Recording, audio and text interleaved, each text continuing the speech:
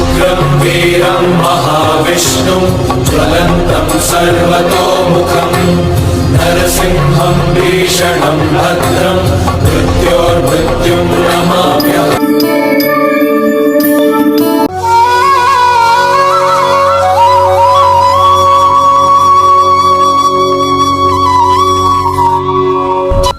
ನಮಸ್ಕಾರ ಫ್ರೆಂಡ್ಸ್, ನಾವು ಇವತ್ತು ಬೀದರ್ನಲ್ಲಿದ್ದೀವಿ. ಬೀದರ್ನ ಪ್ರಸಿದ್ಧ ಕ್ಷೇತ್ರಗಳಲ್ಲಿ ಒಂದಾದ ಶ್ರೀ ಕ್ಷೇತ್ರ ಜರನಿ ನರಸಿಂಹಸ್ವಾಮಿ ದೇವಸ್ಥಾನಕ್ಕೆ ಹೋಗ್ತಾ ಇದ್ದೀವಿ. ನಾವು ಆ ಸ್ಥಳದ ವಿಶೇಷತೆ ಏನೆಂದು ನೋಡ್ಕೊಂಡು ಬರೋಣ, ಬನ್ನಿ ಫ್ರೆಂಡ್ಸ್.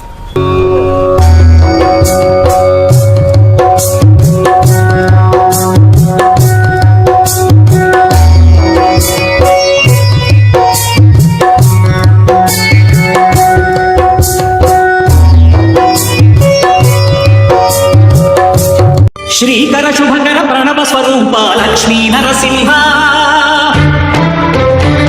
పద్నాలుగు లోకములన్నీ నొక్కే జ్వాలా నరసింహ. ಸ್ನೇಹಿತರೆ, ಕರ್ನಾಟಕದಲ್ಲಿ ಇದು ಒಂದು ವಿಚಿತ್ರವಾದ ದೇವಾಲಯ. ಇದು ಬೀದರ್ನ ಹೊರಭಾಗದಲ್ಲಿದೆ, ಅಂದರೆ ಸುಮಾರು ಬೀದರ್ನಿಂದ 4 ಕಿಲೋಮೀಟರ್ ದೂರದಲ್ಲಿದೆ. ಇಲ್ಲಿ ದೇವರ ದರ್ಶನ ಮಾಡಬೇಕಾದರೆ ಸುಮಾರು 300 ಮೀಟರ್ ಗುಹೆಯೊಳಗೆ ನೀರಿನಲ್ಲಿ ನಡೆದುಕೊಂಡು ಹೋಗಬೇಕಾಗುತ್ತದೆ. ಇದುವೇ ಬೀದರ್ನ ಜರನಿ ನರಸಿಂಹಸ್ವಾಮಿ ದೇವಸ್ಥಾನ. ಈ ದೇವಸ್ಥಾನ ಕರ್ನಾಟಕದ ಬೀದರ್ ನಗರದಲ್ಲಿರುವ ವಿಶಿಷ್ಟ ಕ್ಷೇತ್ರಗಳಲ್ಲೊಂದಾಗಿದ್ದು, ಇದನ್ನು ಜರನಿ ನರಸಿಂಹಸ್ವಾಮಿ ದೇವಸ್ಥಾನ ಅಥವಾ ಜಲ ನರಸಿಂಹಸ್ವಾಮಿ ದೇವಸ್ಥಾನ ಎಂದು ಕರೆಯುತ್ತಾರೆ. ಇಲ್ಲಿನ ವಿಶೇಷವೇನೆಂದರೆ ಗುಹೆಯ ಒಳಗೆ ನಿರಂತರವಾಗಿ ನೀರು ಹರಿಯುತ್ತಾ ಇರುತ್ತದೆ. ಸುಮಾರು 300 ಮೀಟರ್ ನೀರಿನಲ್ಲಿ ನಡೆದುಕೊಂಡು ಹೋಗಿ ನರಸಿಂಹಸ್ವಾಮಿಯ ದರ್ಶನವನ್ನು ಪಡೆಯುತ್ತಾರೆ.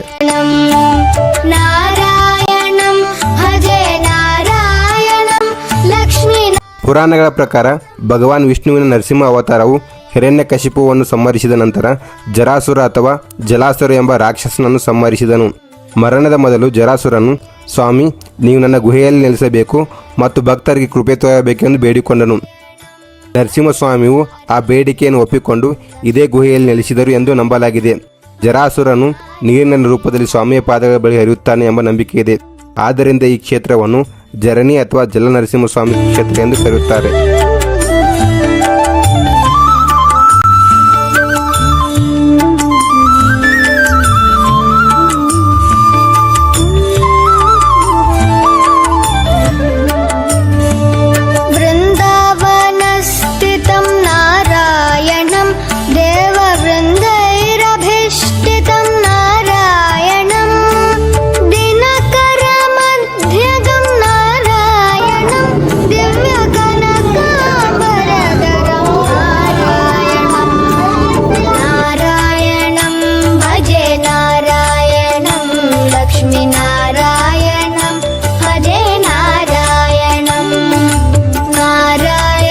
ಈ ದೇವಸ್ಥಾನದ ಇನ್ನೊಂದು ವಿಶೇಷವೆಂದರೆ ವರ್ಷ ಪೂರ್ತಿ ಗುಹೆಯೊಳಗೆ ನೀರು ಹರಿಯುತ್ತಿರುತ್ತದೆ.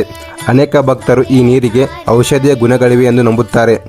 ಗುಹೆಯ ಕೊನೆಯಲ್ಲಿ ಬಂಡೆಯ ಮೇಲೆ ಸ್ವಯಂಭೂ ನರಸಿಂಹಸ್ವಾಮಿಯ ದರ್ಶನ ಸಿಗುತ್ತದೆ.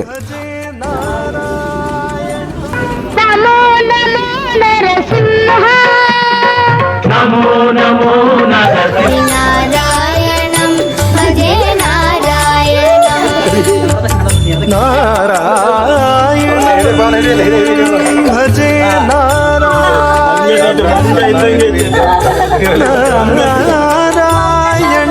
ಭಜೆ